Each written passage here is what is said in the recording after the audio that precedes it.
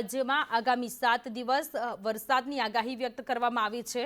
આજે ગીર સોમનાથ અમરેલીમાં ભારે વરસાદ પડી શકે છે। દીવ, ભાવનગર, મહીસાગરમાં વરસાદની સંભાવનાઓ છે।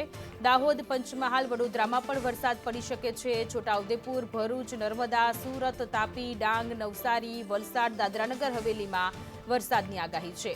21 મે બાદ રાજ્યમાં વરસાદની ગતિમાં વધારો થશે। સૌરાષ્ટ્ર, કચ્છમાં મધ્યમથી ભારે વરસાદની આગાહી કરવામાં આવી છે। 22 થી 24 મે ગાજવીજ સાથે ભારે વરસાદની આગાહી છે। અમરેલી, ભાવનગર, વલસાડમાં ભારે વરસાદ પડી શકે છે।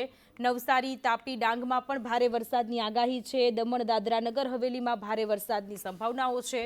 24 મે રાજ્યમાં સાર્વત્રિક મધ્યમ વરસાદની આગાહી કરાઈ છે। અમદાવાદમાં તાપમાન 40 ડિગ્રીની આસપાસ પહોંચ્યું છે।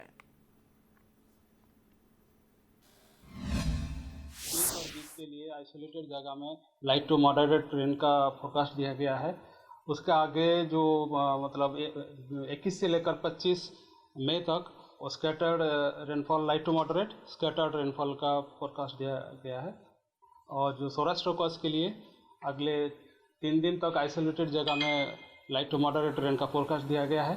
और उसके आगे जो डेट्स है मतलब 22 से लेकर 25 तक आपका स्कैटर रेनफॉल का फोरकास्ट है। अभी जो गुजरात रीजन में 21 से लेकर 25 तक स्कैटर रेनफॉल दिया गया, इसमें थंडरस्टॉर्म का भी वार्निंग दिया गया है, उसमें लाइटनिंग के साथ।